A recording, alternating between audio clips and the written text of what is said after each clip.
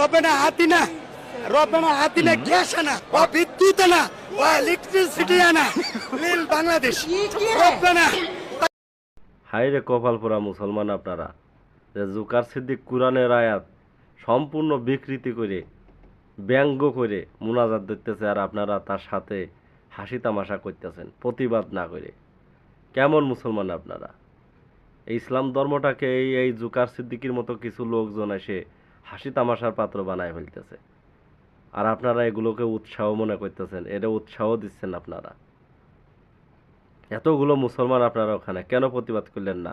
কি কারণে কোরআনের আয়াত এই মুনাজাত বিকৃতি করল? এই জুকার সিদ্দিক ব্যঙ্গ করে মুনাজাত দিতেছে কি কারণে?